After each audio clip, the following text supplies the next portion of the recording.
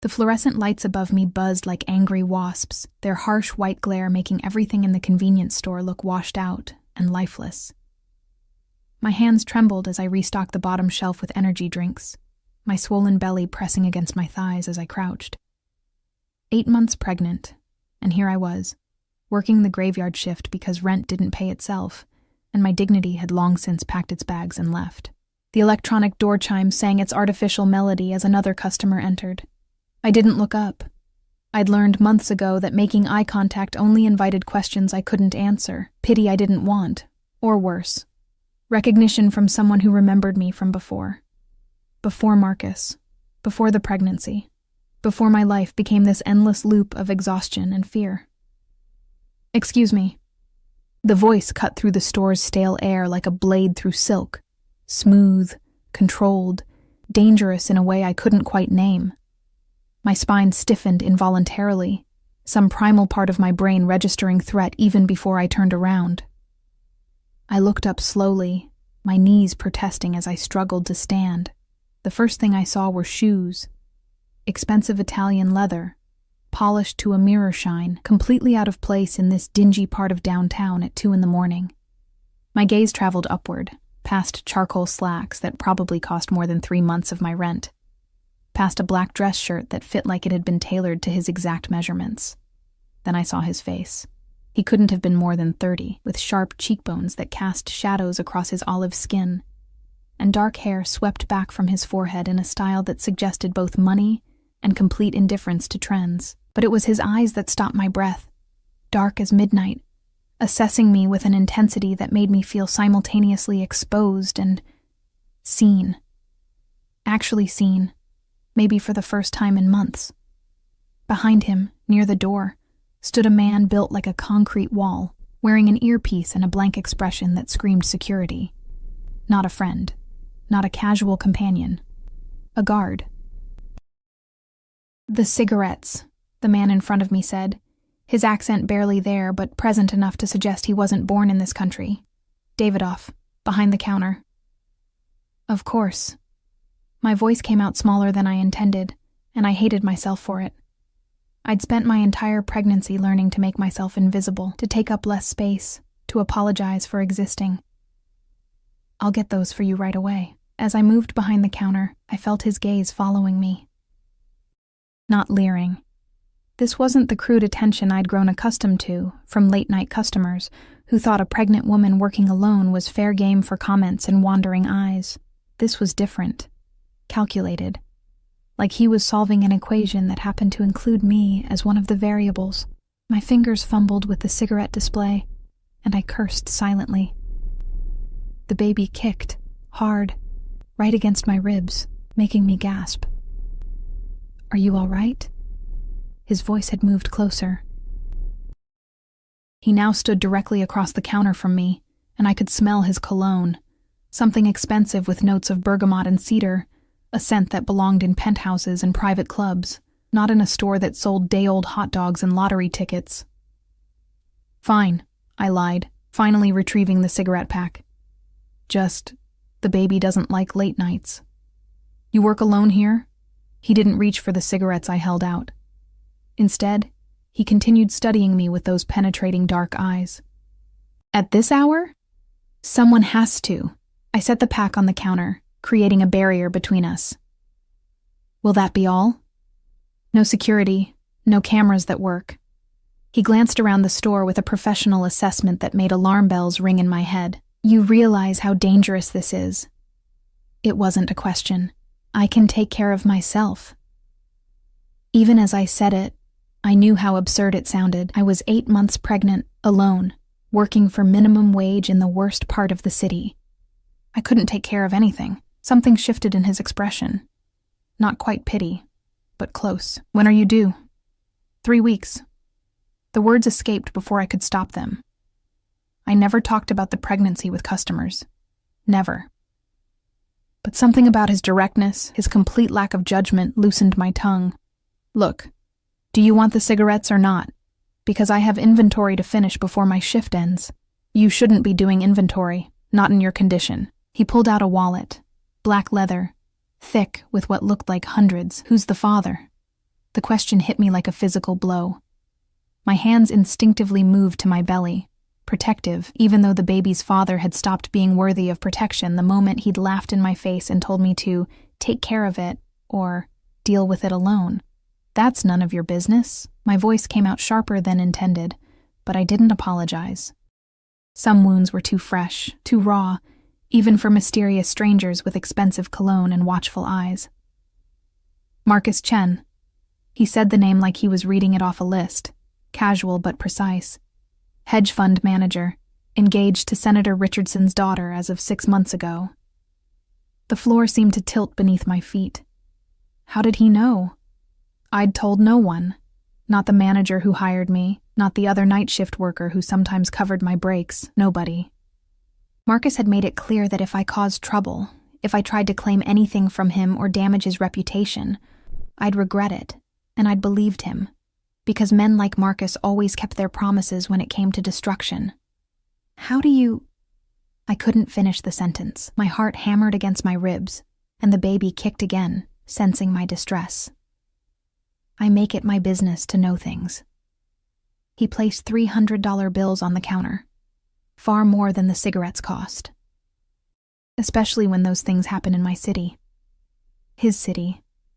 The words hung in the air between us, loaded with implications I didn't want to examine too closely. I don't want your money. I pushed the bills back toward him with shaking fingers. Just pay for the cigarettes and go. The money isn't charity. He didn't touch the bills, didn't move at all. Consider it payment for information. I don't have any information to sell. You're carrying Marcus Chen's child. He refuses to acknowledge it, refuses to sign the birth certificate, refuses any financial support.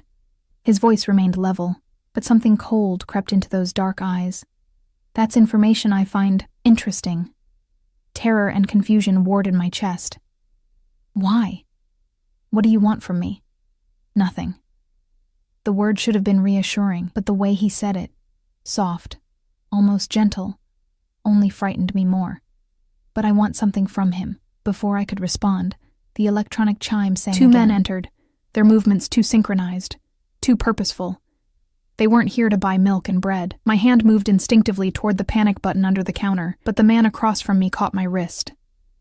His grip was firm but not painful, his skin warm against mine. Don't. His voice dropped to barely above a whisper. They're with me. The 2 men nodded at him, a gesture of respect that bordered on deference, then took positions near the entrance and the back aisle, guarding, watching. What is this? My voice cracked. What's happening? You're going into labor. He released my wrist and gestured to the floor beside the counter, where a small puddle had formed. I looked down in disbelief. My water had broken. During our conversation, while I'd been too terrified and confused to notice, my body had decided it was time. The first contraction hit then, stealing my breath and buckling my knees. Strong hands caught me before I fell. He'd moved around the counter faster than seemed possible, and now he held me upright, his face close enough that I could see flecks of gold in his dark eyes. The hospital is 12 minutes away, he said, already moving, supporting my weight like I was made of glass. My car is outside. You're coming with me. I don't even know your name. It was a stupid thing to say, given the circumstances, but my brain couldn't process what was happening. Strange men, broken water, 3 weeks early. This wasn't how it was supposed to happen. Dante. He guided me toward the door, where the guard had already pulled up a black SUV with tinted windows. Dante Moretti. And you're Elena Santos, 26, former graduate student at Sterling University, dropped out 8 months ago when Marcus Chen decided his political ambitions were more important than taking responsibility for his actions. Another contraction seized me, and I would have fallen if Dante hadn't been holding me. Through the pain, through the fear, one thought crystallized with perfect clarity. This man knew everything about me. Everything. And I knew nothing about him except that he moved through the world with guards and expensive cars, that people deferred to him, that he'd called this his city. Wait. I tried to resist, tried to think, but my body had other priorities now. The pain was building, intensifying, and I couldn't. I couldn't do this alone, not again. I'd been alone for 8 months, preparing to give birth alone, to raise this baby alone, and I was so tired of being alone. I've got you. Dante's voice was steady, certain, as he helped me into the SUV. The leather seats were soft, the interior immaculate. Classical music played softly from hidden speakers. You're not alone anymore, Elena. I promise you that. The door closed with a heavy, final sound. Through the tinted window, I watched the convenience store recede. That fluorescent prison where I'd spent months hiding from my own life. The guard drove with smooth efficiency, and Dante sat beside me, his hand covering mine as another contraction built and crested. "Why are you doing this?" I gasped between breaths. "You don't know me. You don't owe me anything." His thumb traced circles on the back of my hand, a gesture so unexpectedly gentle that tears pricked my eyes. Marcus Chen stole something from me once. Something irreplaceable. His jaw tightened. He took without permission, destroyed without conscience, and faced no consequences. I've been waiting for the right moment to teach him about consequences. The implications of his words settled over me like ice water. You can't use my baby as revenge. No. He turned to face me fully, and the intensity in his gaze stole what little breath I had left. But I can make sure he understands what he threw away, what he rejected. I can make sure you and your child never want for anything, never fear anything, never have to work graveyard shifts in dangerous neighborhoods just to survive. Why? The question came out as barely a whisper. Because men like Marcus Chen need to learn that actions have consequences. Because you deserve better than what he gave you, and because... He paused, something complicated passing across his features. Because I understand what it means to be abandoned by the people who should protect you. Another contraction hit, harder than before, and I squeezed his hand without thinking.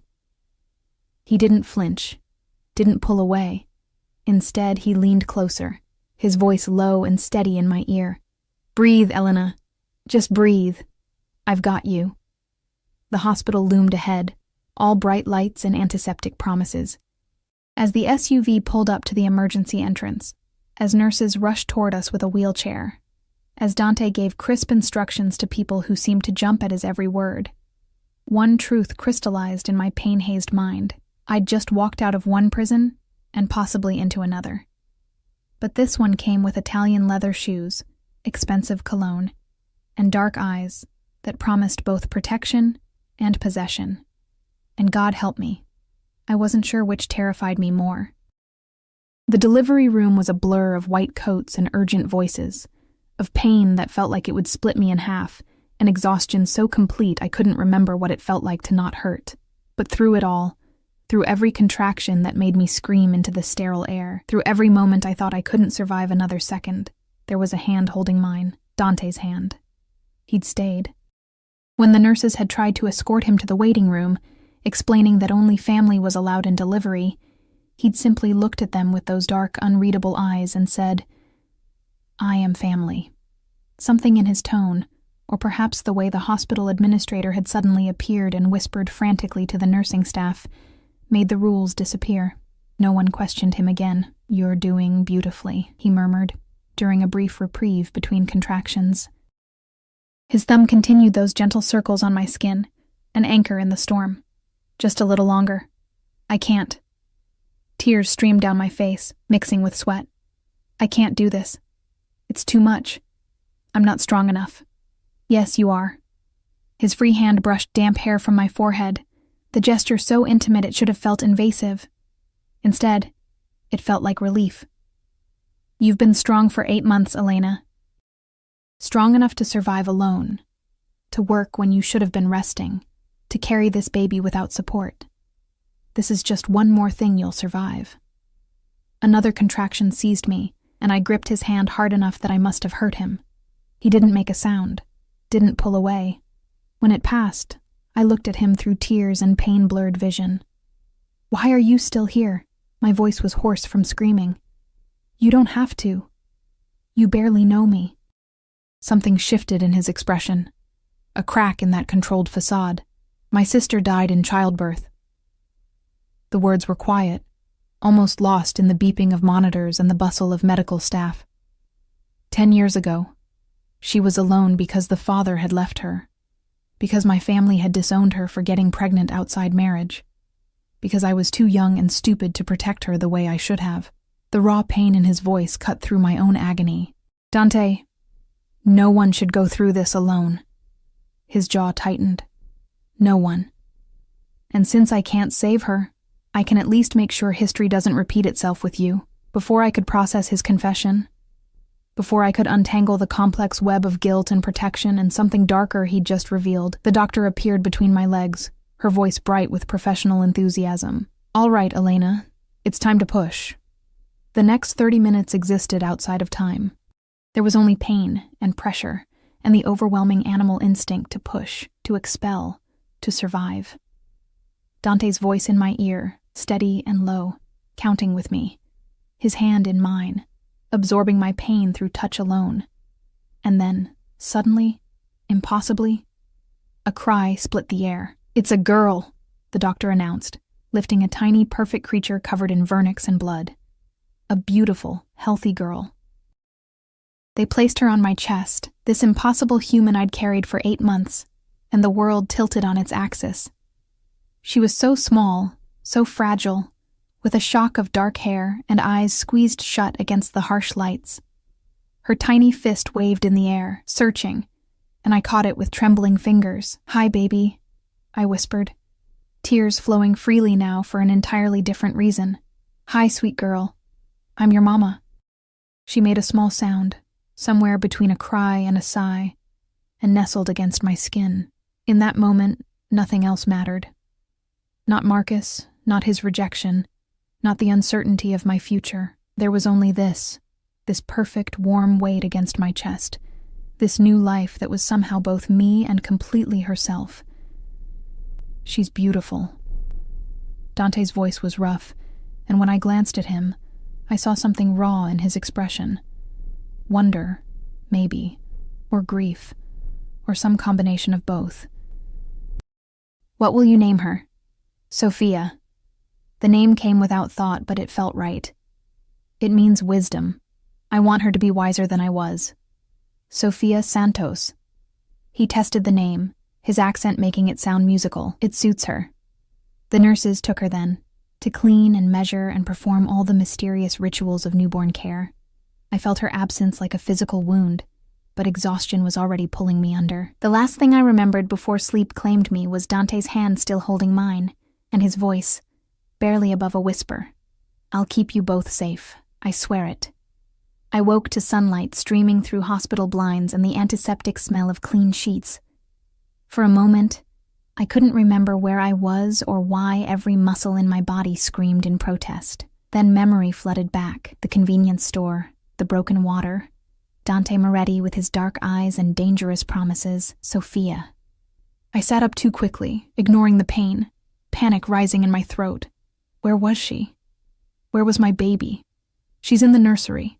Dante's voice came from the corner of the room, where he sat in an uncomfortable-looking chair, still wearing yesterday's clothes, though somehow he still looked impeccable. "They brought her 30 minutes ago for feeding, but you were sleeping so deeply they decided to let you rest. The nurse said she'd bring her back in 10 minutes. He'd stayed. All night, apparently, in that terrible chair, watching over me while I slept. "You didn't have to," I began, but he cut me off with a gesture. "We need to talk, Elena." He stood, moving to the window, his back to me. About what happens now. Dread pooled in my stomach. This was it, then. The moment he'd explained the price for his help. The debt I now owed. Men like Dante Moretti, men who commanded rooms and made hospitals bend rules and knew everyone's secrets, they didn't do things out of kindness. There was always a cost. "I've made arrangements," he continued, still facing the window. "An apartment in Riverside Towers, 3 bedrooms, furnished with 24-hour security, a nanny if you want one, though no pressure. A private pediatrician for Sophia. All expenses covered, including a college fund for her that starts at $500,000. The numbers didn't make sense. The words didn't make sense. Why? The question came out strangled. "What do you want from me?" He turned then, and the morning light cast his features in sharp relief. "I want you to let me destroy Marcus Chen." There it was. The truth, stark and brutal. "How?" My voice was barely audible. "A DNA test first, establishing paternity legally." He moved closer, his expression unreadable. "Then a lawsuit, not for child support, but for emotional damages, breach of promise, whatever my lawyers can make stick. But more than that, I want him exposed. I want everyone in his pristine social circle to know what kind of man he is. I want his engagement to fall apart. I want his political career to crumble. I want him to lose everything, the way you lost everything when he walked away." That's... I struggled to find words. "That's excessive. That's revenge." "Yes." He didn't deny it, didn't soften it. "It is." "And if I say no?" Something flickered in his eyes. "Respect, maybe." "Then you say no. The apartment is yours regardless. The college fund stays. Sophia wants for nothing, but I walk away. And Marcus Chen continues his perfect life, never facing consequences for what he did to you." "You mean for what he did to you?" The pieces were starting to fit together. "Whatever he stole from you, that's what this is really about, isn't it? I'm just convenient." Initially, yes, his honesty was almost brutal. "When I discovered Marcus had abandoned a pregnant woman, I saw an opportunity, a way to hurt him that was completely legal, completely justified, and would let me destroy him using his own cruelty as the weapon." "Initially?" I caught the word, held it up between us. He was quiet for a long moment, his gaze locked on mine. "Then I saw you in that store, 8 months pregnant, stocking shelves alone at 2 a.m, exhausted, terrified, still fighting. And I realized you weren't just convenient, Elena. You were... remarkable. Don't." I shook my head, fighting against the dangerous warmth his words created in my chest. "Don't romanticize this. You want revenge, and I'm the tool you'll use to get it. At least be honest about that." "I am being honest." He moved closer, close enough that I could smell cedar and bergamot again. "I want revenge. I want to watch Marcus Chen's world burn. But I also want to make sure you and Sophia have everything you deserve. Everything he should have given you. Those things aren't mutually exclusive." "And what do you get out of it, besides revenge?" His smile was sharp, predatory. "The satisfaction of knowing I've removed a piece of garbage from my city. Marcus didn't just steal from me. He stole from 3 other families in my organization, thinking his connections would protect him. He was wrong. Organization." The word hung in the air like smoke. I couldn't say it, couldn't make the reality concrete. "Yes." Simple. Unapologetic. "Does that change your answer?" It should have. It should have made me run, should have made me grab Sophia and disappear. But the truth was, I had nowhere to run to, no family to turn to. They'd disowned me when I'd gotten pregnant. No friends left. Marcus had systematically isolated me from everyone I knew. No money, no prospects, no future except more graveyard shifts and cheap apartments and constant fear. And Dante was offering me a way out, a poisoned chalice maybe, but still a way out. "If I agree," I said slowly. "What exactly would I have to do?" "Sign paperwork. Give interviews if needed. Let my lawyers handle everything." He pulled out his phone, swiped through something. "You'd never have to see Marcus in person if you didn't want to. We'd handle all direct contact. And after? When Marcus is... destroyed? What happens to me then? You live your life." He pocketed the phone. "Raise Sophia. Go back to school if you want. I noticed you were studying art history before you dropped out. The apartment is yours for as long as you need it. You'd be under my protection." Protection. I tasted the word. Or surveillance? Both. Again, that brutal honesty. "The world I live in is dangerous, Elena. Anyone associated with me becomes a target. That means guards, secure locations, careful monitoring of who you interact with. It means your freedom comes with conditions, so I'd be trading one prison for another. A prison with a view, excellent amenities, and the knowledge that your daughter will never go hungry." His voice hardened. "But yes, if you want to think of it that way, then yes." The door opened, and a nurse wheeled in a clear bassinet. Inside, swaddled in pink and white, was Sophia. She was awake now, her dark eyes, so like mine, staring up with that unfocused newborn gaze that somehow still felt like she was seeing everything. "Someone's hungry," the nurse said cheerfully, lifting her and placing her in my arms. "I'll give you some privacy." Sophia rooted against my chest, her tiny mouth seeking, and I adjusted my hospital gown to help her latch. The sensation was strange, uncomfortable, but also profoundly right. This was what I was made for, what my body had spent 8 months preparing for. This moment. Dante watched us in silence, something unreadable crossing his features. 3 days, I said finally, not looking at him, focusing on Sophia's perfect face. Give me 3 days to think about it, to process everything, to make sure I'm not just making another desperate decision that I'll regret. 3 days, he nodded. But Elena, Marcus already knows about the birth. Hospital records aren't as private as they should be, and he has people watching for this. He'll send lawyers, or worse. You're not safe in your old apartment, and you can't stay here forever. Fear spiked through me, cold and sharp. What do you mean, or worse? He won't want this baby to exist as evidence of his indiscretion. Especially not now, when he's about to announce his engagement formally. Dante's voice was flat, matter of fact. Men like Marcus make problems disappear, Elena. It's what they do. I pulled Sophia closer, protective instinct overwhelming everything else. He wouldn't. He couldn't. He could. He would, and he will if given the opportunity. Dante crouched beside the hospital bed, bringing his eyes level with mine. I'm offering you protection and revenge. But more than that, I'm offering you survival. For both of you. Sophia finished feeding and made a small, contented sound. I lifted her to my shoulder, patting her back gently, feeling the fragile weight of her, the complete vulnerability. She was so small, so defenseless, and I was all she had. "The apartment," I heard myself say. "Can I see it? Before I decide?" "Of course." He stood, relief flashing briefly across his face. "I'll arrange transport for when you're discharged. Tomorrow, most likely." "And the guards?" "Already in place. 2 in the hallway, 1 in the lobby, 1 monitoring security cameras. No one enters this room without my authorization." It should have felt suffocating. Instead, for the first time in 8 months, I felt something close to safe. "Okay," I whispered, more to Sophia than to him. "Okay." Dante moved toward the door, then paused.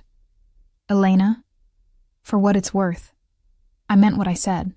You're remarkable. What you've survived. What you're still fighting for. That's not convenient.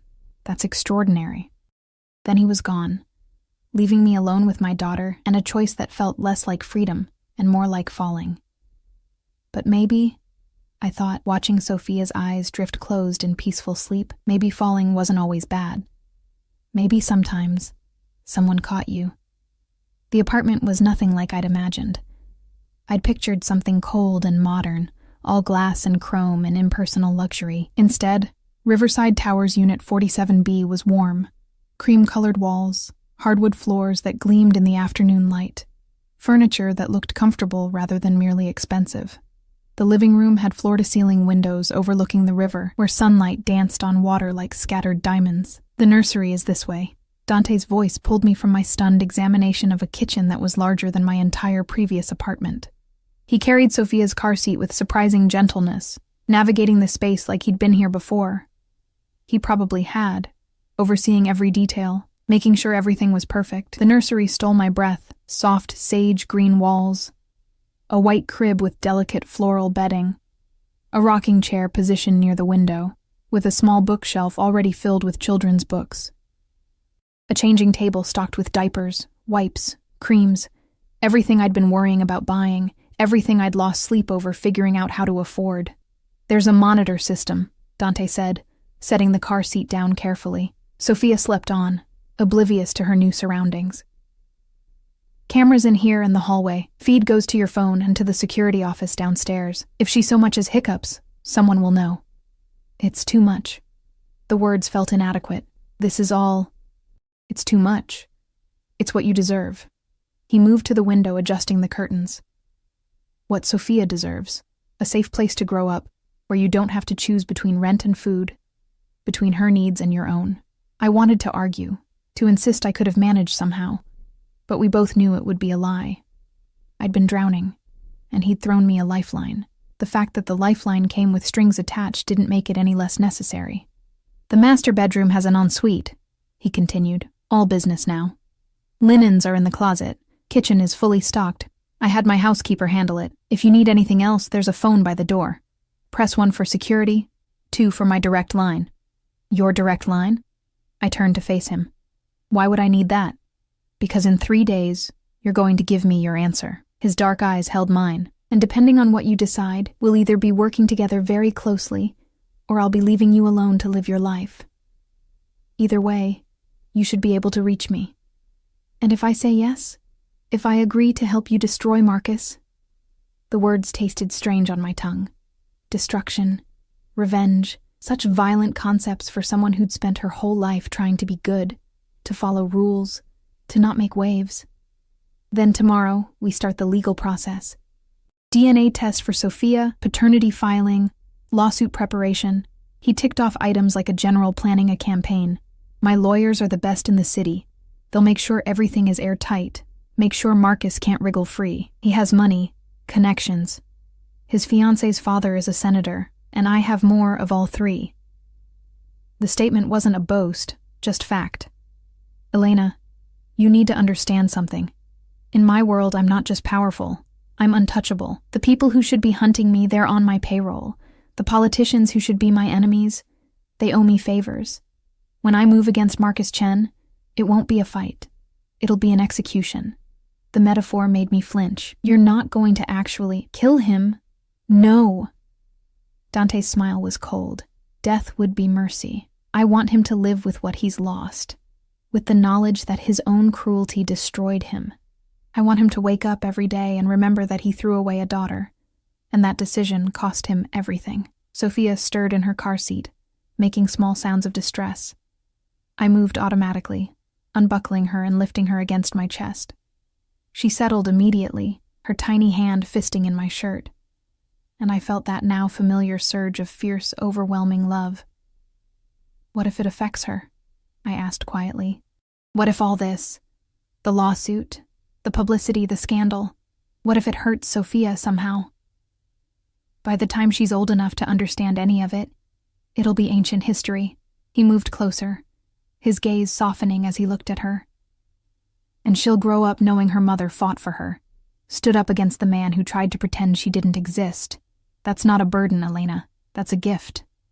Or trauma. I swayed gently, rocking Sophia. Did you ever think that maybe revenge isn't worth the cost? That maybe some battles aren't worth fighting? His expression hardened. I've thought about little else for 3 years. Ever since Marcus stole $50 million from my organization, used it to fund his hedge fund, then hid behind his political connections when I came to collect. He thought himself untouchable because of who his fiancé's father is. He thought wrong. $50 million. The number was so large it became meaningless, abstract. I couldn't imagine that much money, couldn't fathom the kind of theft it represented. If he stole from you, why not just handle it, the way people in your world handle things? I couldn't believe I was asking this, couldn't believe I was standing in a beautiful apartment holding my newborn daughter and discussing murder so casually. Because I tried. His voice went flat, dangerous. I sent people to talk to him. He had them arrested on false charges, assault, attempted robbery, you name it. I tried financial pressure. He's too insulated. I tried blackmail. He's too clean. Or at least his lawyers are too good at making dirt disappear. Every traditional avenue was blocked. So you waited, until you found me. Until I found his mistake, he corrected. You're not a weapon, Elena. You're a consequence. The natural result of his actions coming home to roost. A knock at the door interrupted us. Dante's posture changed instantly. Not afraid, but alert, predatory. His hand moved to his hip, where I now noticed the subtle bulge of a concealed weapon. It's just Rosa, he said after checking his phone. The nanny I mentioned. You don't have to use her services, but I thought you might want to meet her. He opened the door to reveal a woman in her 50s, with kind eyes and graying hair pulled back in a neat bun. She wore simple clothes and carried herself with the confidence of someone who'd spent decades caring for children. "Ms. Santos," she said warmly, her accent placing her origins somewhere in South America. "I'm Rosa Delgado. Dante said you might need some help adjusting to motherhood." Yes, maybe. I felt suddenly overwhelmed, exhausted by decisions and implications, and the sheer weight of everything that had happened in the past 48 hours. "I don't know. I haven't thought about it. No pressure," Rosa assured me, moving into the apartment with practiced ease. "I raised 5 children of my own, helped with 23 others over the years. I know how hard those first few weeks are, especially alone. But I also know every mother is different. Every baby is different. We figure it out together, yes?" There was something grounding about her presence, something real in a situation that felt increasingly surreal. "Yes," I found myself saying. "Yes, that would be, thank you." "Why don't I make some tea?" Rosa suggested, already heading toward the kitchen. "And you sit down, rest. You just had a baby. You should be sleeping, not standing around talking business with men who don't understand what your body has been through." The gentle scolding was clearly directed at Dante, who had the grace to look slightly chagrined. "I'll leave you to settle in," he said. "Remember, 3 days. Then I need your answer." After he left, after Rosa had made tea and shown me where everything was in the kitchen, after Sophia had been fed and changed and placed in her beautiful new crib, I finally allowed myself to sit in the rocking chair and simply exist in the quiet. The apartment was silent except for Sophia's soft breathing and the distant sound of traffic from far below. Safe, warm, everything I dreamed of during those long nights stocking shelves and counting down the minutes until I could clock out and collapse in my tiny, cold studio. But safety had a price. It always did. The next 2 days passed in a blur of feeding schedules and diaper changes and exhaustion so complete I sometimes forgot my own name. Rosa came each morning, helping with Sophia, teaching me things the hospital nurses had rushed through: how to burp her properly, how to tell different cries apart, how to survive on 3 hours of sleep and pure determination. I didn't see Dante, but I felt his presence everywhere, in the fresh groceries that appeared in the refrigerator overnight, in the baby clothes that showed up in perfect sizes, in the security guard who stood outside my door, changing shifts every 8 hours with military precision. On the 3rd day, he called. "Have you decided?" No preamble, no small talk. Just the question that had been haunting me since I'd left the hospital. I looked at Sophia, sleeping peacefully in her crib, her tiny chest rising and falling with perfect rhythm. I thought about Marcus, laughing in my face when I'd told him I was pregnant, telling me to deal with it, like she was a problem to be solved rather than a life to be cherished. I thought about the future, mine, hers, the long years stretching ahead filled with struggle and uncertainty. "Yes," I said quietly. "I'll do it. I'll help you destroy him." Silence on the other end, long enough that I wondered if he'd heard me. Then, "You're sure?" "No." Honesty felt important, necessary. "I'm not sure about anything except that Sophia deserves better than what Marcus offered, and if making him pay for what he did means she gets that better life, then yes, I'm in. I'll send the lawyers tomorrow morning, 9 o'clock if that works for you." His voice was different now, satisfied, perhaps, or relieved. "Elena, thank you." "Don't thank me yet." I watched Sophia's face, so innocent, so unaware of the storm we were about to unleash. "You might regret involving me in this." Impossible. The word was certain. Absolute. "Get some rest. Tomorrow we start the war." He hung up before I could respond, leaving me alone with my daughter and my decision. That night, I dreamed of Marcus. Not the Marcus who'd charmed me in graduate school, who'd whispered promises and made me believe in fairy tales, but the Marcus who'd sneered at my pregnancy test, who'd called me stupid for not taking care of it, who'd walked away without looking back. In the dream, he was standing in the convenience store where Dante had found me, but the store was flooding, water rising rapidly, and I was trying to reach Sophia, who cried from somewhere I couldn't see. Marcus just watched, arms crossed, smiling. "You should have dealt with it," he said. "This is your fault." The water rose higher, cold and dark, and I couldn't breathe, couldn't scream. I woke gasping, drenched in sweat, Sophia's actual cries cutting through the nightmare. She was hungry, or uncomfortable, or just needing the reassurance that she wasn't alone. I lifted her from the crib, settled into the rocking chair, and let her nurse while my heart rate slowly returned to normal. Through the window, the city sparkled with a million lights. Somewhere out there, Marcus Chen slept peacefully in his expensive bed, beside his senator's daughter, dreaming of his perfect future. Somewhere else, Dante Moretti planned his revenge with the patience of a predator, and here I was, caught between them. No longer the invisible girl working graveyard shifts, no longer the abandoned pregnant woman with no options. I was something new now, something dangerous. I was a mother, with nothing left to lose, and that made me the most powerful piece on Dante's chessboard. Sophia finished feeding and looked up at me with those dark, solemn eyes. "It's going to be okay," I whispered to her. Or maybe to myself. "We're going to be okay." Outside, dawn was beginning to break over the river, painting the sky in shades of gold and crimson. A new day. A new war. And I was ready to fight. The lawyers arrived at exactly 9 o'clock.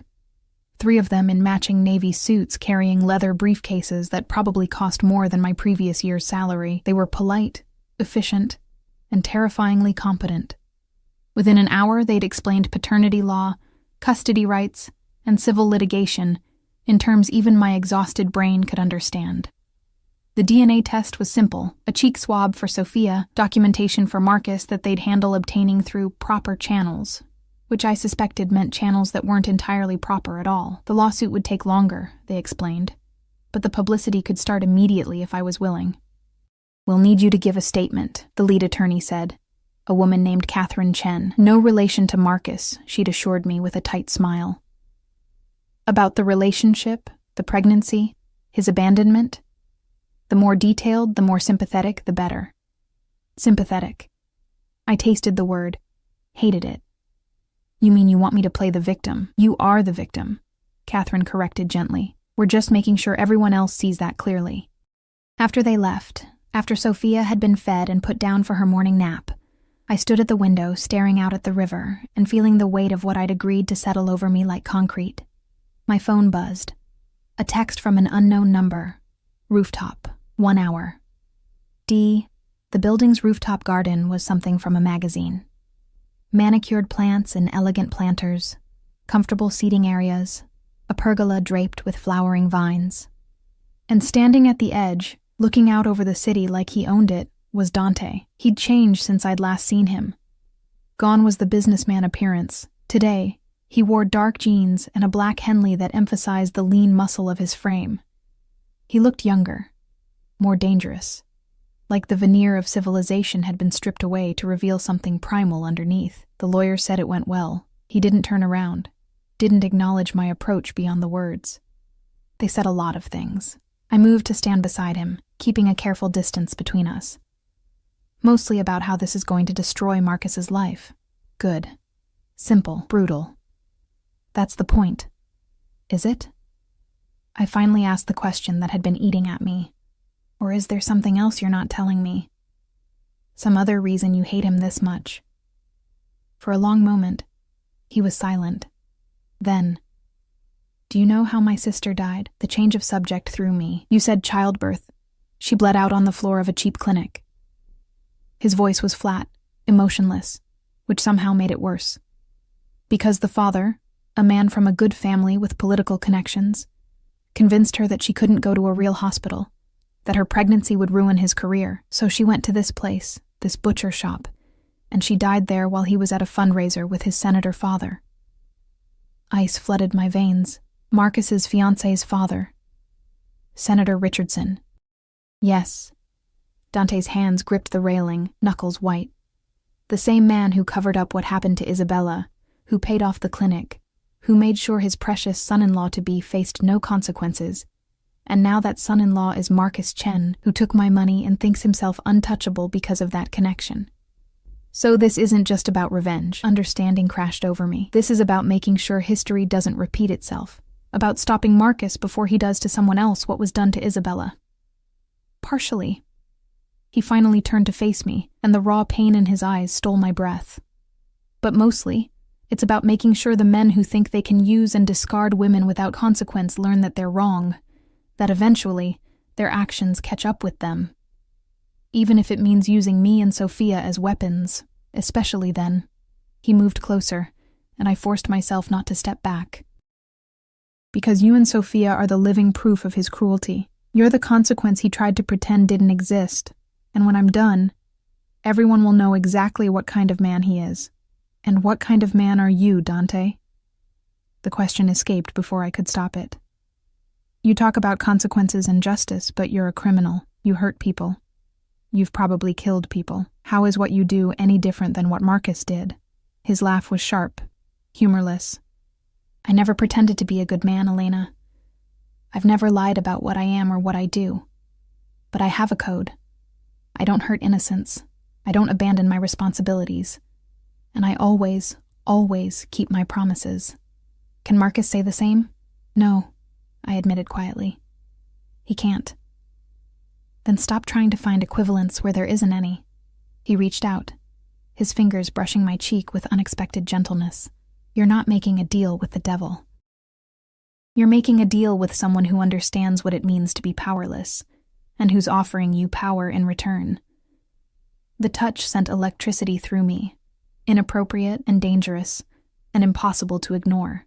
I stepped back, putting distance between us, trying to remember that this man was using me, that his kindness came with strings attached.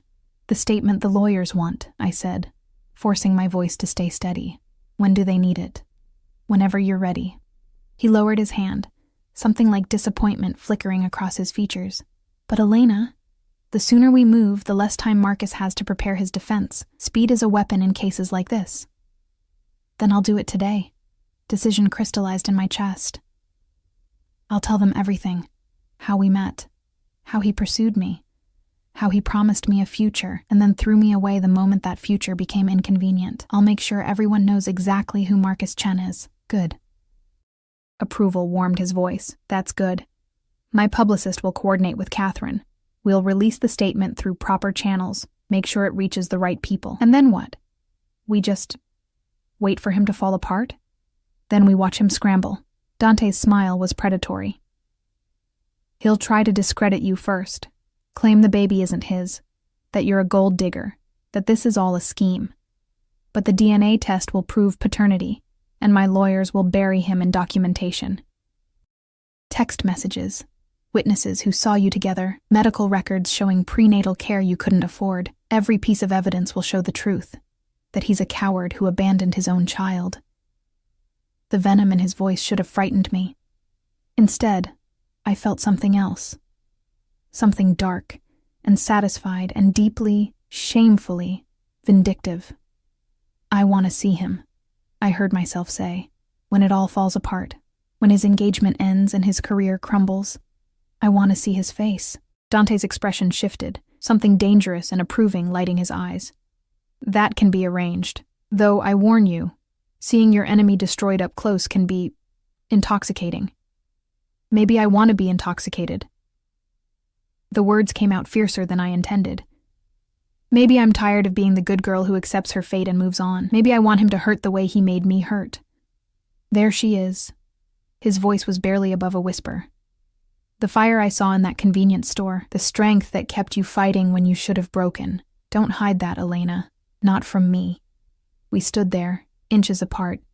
The city sprawling below us and the morning sun beating down overhead. I could smell his cologne, could see the faint scar along his jawline, could feel the dangerous pull of his presence like gravity. I should go. I broke the moment, stepping back.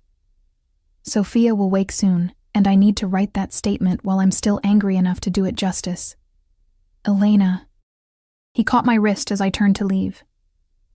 After this is over, after Marcus has paid for what he did, you'll be free. To leave, to stay, to live however you want. I'm not keeping you prisoner, aren't you? I looked down at his hand on my wrist, at the expensive watch he wore, at the controlled power in his grip. This apartment, the guards, the lawyers. It's all a cage, Dante. A beautiful one. but still a cage. Then consider it temporary, he released me. Until you're strong enough to fly on your own. I wanted to believe him. God, I wanted to believe that this was temporary, that I could use his resources and his revenge and then walk away clean. But I'd learned the hard way that nothing in life came without strings, and men like Dante Moretti didn't let go of things they considered theirs, and somewhere, in the past 3 days, I'd become his. The statement took 4 hours to write. Catherine had provided a framework, but I'd insisted on using my own words. The lawyers could polish it later, could make it legally sound and media-friendly. But the core of it, the pain and betrayal and desperate loneliness, that had to be mine. My name is Elena Santos. 2 years ago, I met Marcus Chen at a university mixer. He pursued me relentlessly, charmed me with promises of a future together, made me believe I was special. When I became pregnant, he laughed in my face. He called me stupid.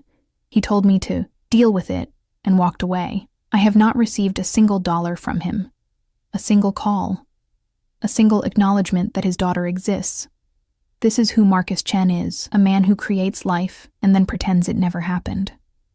I'd written more, pages more, but those were the sentences that mattered. The ones that would be quoted in articles and shared on social media and repeated in whispers at the country clubs where Marcus and his senator's daughter held court. Rosa found me crying at the kitchen table, the statement printed and staring up at me like an accusation. Oh, sweetheart. She pulled me into a hug that smelled like lavender and comfort. This is the hard part, yes? The moment when you make it all real. What if I'm wrong? The words tumbled out between sobs. What if I'm doing this for the wrong reasons? What if it hurts Sophia somehow? Wrong reasons? Rosa pulled back, her hands firm on my shoulders. You're doing this because a man needs to take responsibility for his child. That's not wrong. That's right. That's what should have happened from the beginning. But Dante Moretti is using you for his own purposes, yes. She said it matter-of-factly, without judgment. But sometimes, the enemy of our enemy becomes our friend. And sometimes revenge and justice look the same from different angles. You know who he is, what he is. I've worked for the Moretti family for 20 years. Rosa moved to the stove, starting to prepare something that smelled like home. I've seen Dante grow from an angry boy to a dangerous man, but I've also seen him protect his people, provide for families who had nothing, show mercy when others would have shown cruelty. He's not a good man, Elena, but he's not a monster either. Then what is he? Complicated. She smiled sadly. Like all of us. That night, I sent the statement to Catherine. Within an hour, Dante called. It's perfect, he said without preamble. Raw, honest, devastating. Marcus won't be able to spin this. When will you release it? My voice sounded distant, like it belonged to someone else. Tomorrow morning. Prime time for media consumption. He paused. Are you ready for what comes next? The attention, the questions, the inevitable backlash from Marcus's camp? No. Honesty felt important, but I'm doing it anyway. That's all courage is. Doing the thing that terrifies you because it needs to be done. Something warm entered his voice. You're going to survive this, Elena. You and Sophia both. I promise you that. Your promises are starting to pile up, I said softly. What happens if you can't keep them all? Then I die trying. Absolute. Simple. Sleep well. Tomorrow we go to war. He hung up, and I was left alone in the darkened apartment. Sophia sleeping peacefully in her nursery, the city lights twinkling outside like stars. Tomorrow the statement would go public. Tomorrow Marcus Chen's perfect life would start to crumble. Tomorrow I would stop being invisible. I thought I'd feel triumphant. Instead, I felt terrified. But Rosa was right. Sometimes revenge and justice wore the same face, and if making Marcus pay meant Sophia would grow up knowing her mother had fought for her, had refused to let her father's abandonment define them, then it was worth the fear. I walked to the nursery, stood over Sophia's crib watching her sleep. She was so perfect, so innocent, completely unaware of the storm about to break over our lives. I'm doing this for you, I whispered. So you'll never have to wonder if you were wanted. So you'll know that when it mattered, I fought. Even if it scares me, even if it changes everything, I fought for you. She stirred slightly, her tiny hand curling and uncurling, and I felt that fierce maternal love surge through me again. Whatever came next, media scrutiny, Marcus's retaliation, the dangerous waters of Dante's world, I would survive it. Because I wasn't alone anymore. I had Sophia. I had Rosa. And whether I trusted him or not, I had Dante Moretti standing between me and the wolves. That would have to be enough. The statement went live at 7 a.m., and by 8, my phone had exploded with notifications. News outlets, social media, messages from people I hadn't spoken to in years, all of them wanting a piece of the story, wanting to know more about the woman who dared to accuse Marcus Chen of abandonment. I'd turned my phone off by 8:30, unable to handle the constant buzzing, the weight of thousands of strangers dissecting my life. But Dante called the landline at 9, his voice tight with something between satisfaction and concern. "It's everywhere," he said. "Every major outlet, trending on 3 different platforms. Marcus's office has already released a statement denying everything, calling you a liar and threatening legal action." Good. The word surprised me with its venom. Let him threaten. The DNA test will prove I'm telling the truth. His lawyers are already trying to block it. Claiming harassment, invasion of privacy, every legal trick in the book, a pause. But my lawyers are better. We'll have that test within the week, and then he'll have no ground to stand on. What about his fiancée? I hadn't let myself think about her much. Senator Richardson's daughter, whose name I'd deliberately never learned, who was probably as much a victim of Marcus's deception as I was. Catherine Richardson broke off the engagement an hour ago. Dante's voice held dark satisfaction. Released a statement through her father's office expressing shock and disappointment. Distanced herself completely from Marcus. The senator is furious. He'd staked significant political capital on that marriage.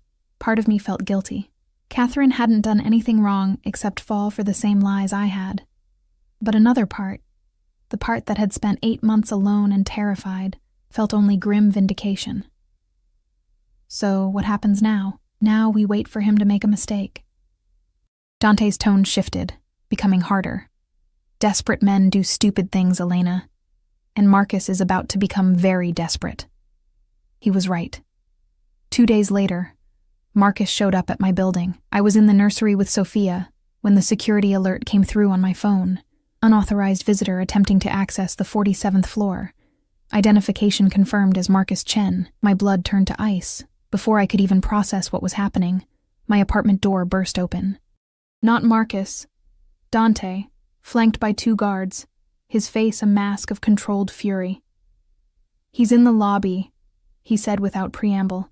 "My security is holding him, but he's demanding to see you, threatening legal action, causing a scene. I don't want to see him." My arms tightened around Sophia instinctively. "Tell him to leave." "I will." "But Elena..." Dante moved closer, his eyes locked on mine. "This might be an opportunity. If he threatens you, if he says anything incriminating in front of witnesses, it strengthens our case exponentially. You want me to confront him."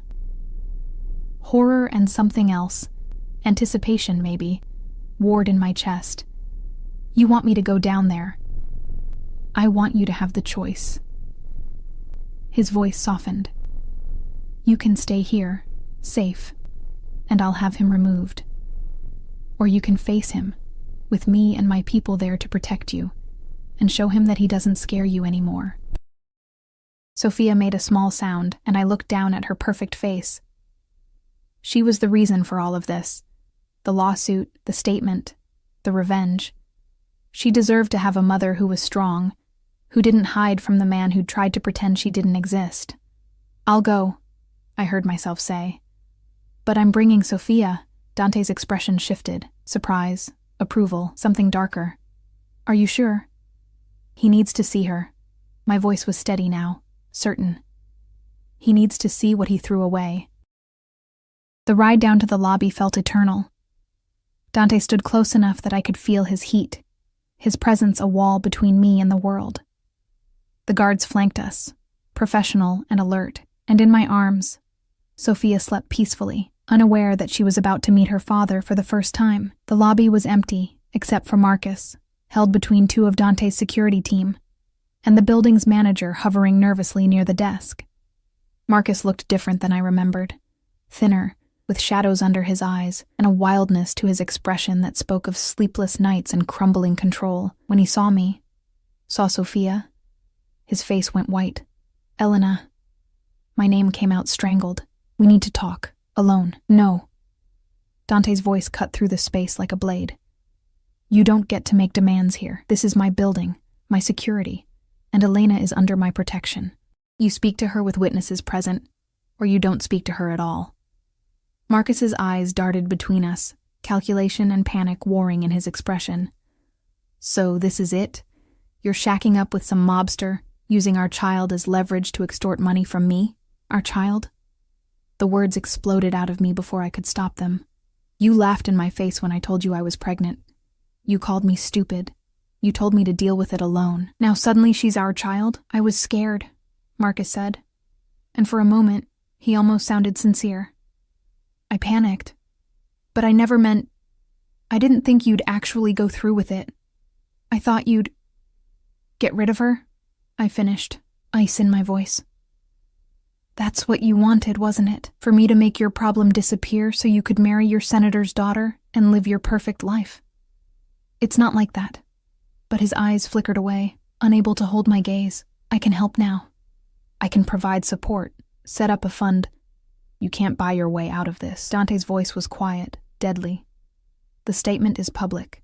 The DNA test is happening. Every news outlet in the city is running the story of how you abandoned a pregnant woman. Your reputation is destroyed, Marcus. And no amount of money will fix that. This is your doing. Marcus's face twisted with rage, and he lunged toward Dante. The guards restrained him immediately, but not before I saw the desperation in his eyes. You set this up.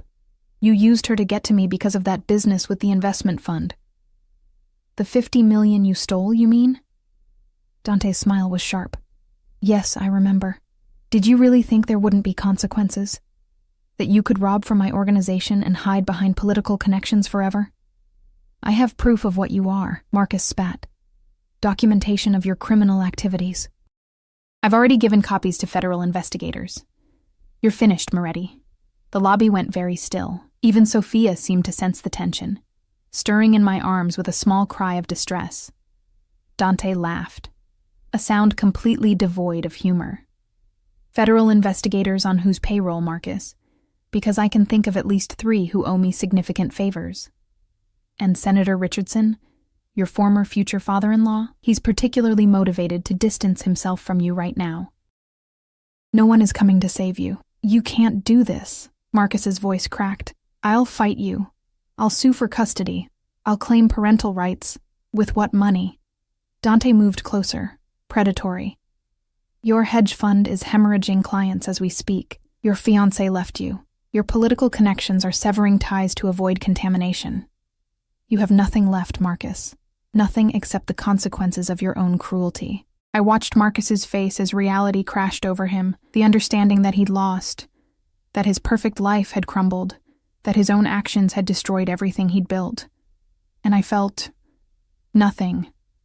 No satisfaction, no vindication. Just a hollow emptiness where hatred should have been. Elena. Marcus turned to me, desperate now. Please. I know I screwed up, but we can fix this. I can be a father to her. No. The word came out firm, final. You had 8 months to be a father. You chose to walk away.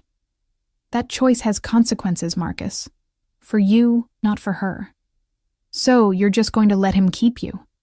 Marcus gestured wildly at Dante. You think he's protecting you? He's using you, Elena. Just like he uses everyone. Once he's done destroying me, he'll throw you away too. Maybe. I looked at Dante, at his controlled expression and dangerous eyes. Or maybe I'm using him just as much as he's using me. Either way, it's my choice. And I choose Sophia. I choose her future, her security, her knowing that her mother fought for her. That's more than you ever gave us. Marcus opened his mouth to respond, but Dante cut him off with a gesture. You have 10 seconds to leave this building before I have you arrested for trespassing and harassment. And Marcus, if you ever come near Elena or Sophia again without legal authorization, consequences will be permanent. The threat hung in the air. unspoken, but understood. Marcus looked between us one final time, something like grief crossing his features, before the guards escorted him out. The lobby fell silent except for Sophia's soft breathing and the distant sound of traffic from outside. "Are you all right?" Dante's voice was gentle now, the predator gone and something almost human remaining. "I don't know." Honesty felt important. I thought I'd feel triumphant, seeing him broken like that, but I just feel tired. That's because revenge is exhausting. He moved closer, his hand coming up to cup my cheek, but it's also necessary. He needed to face what he did, needed to see that his actions had consequences. Now it's done. Is it? I looked up at him, at this dangerous man who'd inserted himself into my life and changed everything. Or is this just the beginning of something else? His thumb traced my cheekbone, a gesture that had become familiar over the past weeks. That depends on what you want it to be. I don't know what I want. The confession escaped before I could stop it. I don't know if what I feel for you is gratitude or something more dangerous. I don't know if I'm free or just in a different kind of cage. I don't know anything except that Sophia is safe, and that matters more than anything else. Then let that be enough. His voice was rough. For now, let it be enough that she's safe, that you're safe, that Marcus can never hurt either of you again. The rest, we'll figure it out as we go. And if I want to leave, when this is all over, if I want to take Sophia and start fresh somewhere else, pain flashed across his features, quickly masked, then I'll make sure you have the resources to do exactly that. I told you, Elena, you're not my prisoner. You never were.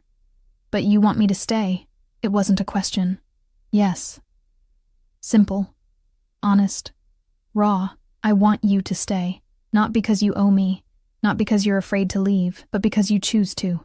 Because somewhere in this mess of revenge and protection and complicated circumstances, you've become important to me. You and Sophia both. Sophia chose that moment to wake fully, her face scrunching up in preparation for a cry. I bounced her gently, making soothing sounds, and felt Dante's hand settle on the small of my back. Supportive, possessive, protective. I need time, I said quietly. Time to process everything that's happened. Time to figure out who I am outside of being Marcus's ex or your whatever I am to you. Time to be just Sophia's mother. Take all the time you need. He pressed a kiss to my temple, brief and gentle. The apartment is yours for as long as you want it. Rosa will continue helping with Sophia. My protection remains in place. Nothing changes except that the war with Marcus is over. You won.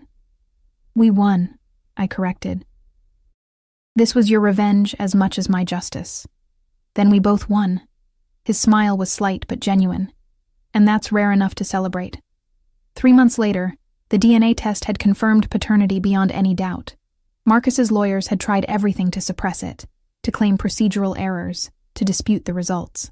But Dante's legal team was relentless, and eventually the truth became undeniable. Sophia was Marcus Chen's daughter, and he'd abandoned her. The lawsuit settlement was generous, not because Marcus wanted to pay, but because his lawyers knew they'd lose worse if it went to trial. Child support, medical expenses, a college fund that would ensure Sophia never wanted for anything. Marcus's reputation was in tatters, his career effectively over. Last I'd heard, he'd moved to the West Coast, trying to rebuild somewhere no one knew his name. I should have felt victorious. Instead, I felt strangely peaceful. The apartment had become home. Rosa came 3 days a week, helping with Sophia and teaching me cooking techniques my own mother had never bothered to show me. I'd re-enrolled in school, taking online classes in art history while Sophia napped. The future I'd thought was lost was slowly reassembling itself into something new, something better. And Dante was a constant presence, though he'd kept his promise about giving me space. He called daily to check on Sophia. He sent flowers on my birthday. He appeared for Sunday dinners that Rosa insisted on cooking, sitting at my table and making Sophia laugh with silly faces that seemed completely at odds with his dangerous reputation. We hadn't discussed what we were to each other, hadn't labeled the strange connection that had formed through revenge and protection and long conversations while Sophia slept. But it was there, undeniable, growing stronger with each passing day. On a warm spring evening, I found him on the rooftop garden again, same position as that first conversation months ago. But this time, when I approached, he turned immediately, a smile softening his features. "I was hoping you'd come up here," he said. "Sophia's asleep. Rosa's watching her." I moved to stand beside him, looking out over the city that had witnessed all of our transformation. I wanted to talk. About? But I could see in his eyes that he already knew. About staying. The words came easier than I'd expected. Not because I'm grateful or afraid, or because I owe you anything, but because somewhere in this complicated mess, I started building a life here, with Sophia, with Rosa, with you. Elena. He turned to face me fully, vulnerability naked on his face. "Let me finish." I pressed my fingers to his lips, feeling him still beneath my touch. "You were right. Revenge and justice can look the same from different angles. What you did to Marcus was both, and I'm not sorry for any of it. He deserved consequences, and Sophia deserved better. But more than that, I deserve better.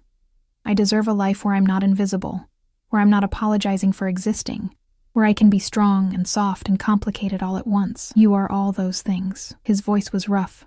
"You always were. I know that now." I lowered my hand. "Because you saw it first. Because you looked at an exhausted pregnant woman stocking shelves at 2 a.m. and saw someone worth protecting, worth fighting for. And I don't know if what I feel for you is love or gratitude or just the trauma bond of surviving something impossible together. But I know I don't want to figure it out alone." Dante's hands came up to frame my face, his touch impossibly gentle for someone so dangerous. "I fell in love with you the moment you pushed my money back across that counter and told me to leave. You were 8 months pregnant, terrified, probably on the edge of collapse, and you still had pride, still had fire. I knew then that you were extraordinary." "That's not love," I said softly. "That's fascination. Maybe it started that way." His thumb brushed my cheekbone, "But it became love when I watched you give birth to Sophia with more courage than I've seen in men who face death. It became love when you agreed to help destroy Marcus not for yourself, but for her. It became love every time you've chosen to be strong instead of safe, to fight instead of flee. You're the most remarkable woman I've ever met, Elena Santos, and I'm completely, irrevocably in love with you." Tears pricked my eyes. "I'm still figuring out how to love you back, how to reconcile what you are with who you are, how to let myself be protected without being possessed." "Then figure it out here," he pressed his forehead to mine. "Figure it out with me. Let me love you while you learn to love me back. Let me be a father to Sophia, not because I'm trying to replace Marcus, but because I choose her the way he never did. Let me give you both the life you deserve. And if I can't, if the darkness of your world is too much, if I can't handle what you do, who you really are, then I'll let you go." The words cost him. I could see it in his eyes. "But I don't think that's going to happen. I think you're stronger than you know, braver than you believe, and more than capable of loving a man like me. Because you've already survived the worst. Abandonment, loneliness, bringing life into the world alone. Everything else is just details." He was right. I had survived. Not just survived. I'd fought. I'd won. I'd built something new from the ashes of what Marcus had destroyed. And Dante had been there for all of it, protecting and supporting and never once asking for anything I wasn't ready to give. "Okay," I whispered. "Okay. Okay?" Hope lit his features. "I'll stay. I'll figure this out. I'll let you love me while I learn to love you back." I smiled through tears. "But Dante? I'm already halfway there. Maybe more." He kissed me then, gentle at first, then deeper, with all the passion and possession and promise he'd been holding back for months. I kissed him back, tasting future and possibility, and the strange, complicated love that had grown from revenge and protection, and choosing each other again and again. When we finally pulled apart, the city sparkled below us, full of light and life and endless possibility. "I have something for you." Dante reached into his pocket, pulling out a small box. "Before you panic, it's not a ring. Not yet, anyway. But it is a promise. Inside was a key. Simple, silver, elegant. To what? I asked. To wherever you want to go. His smile was soft. A house outside the city if you want privacy. A bigger apartment if you prefer staying here. Hell, a villa in Italy if you want to start completely fresh. This key represents choice, Elena.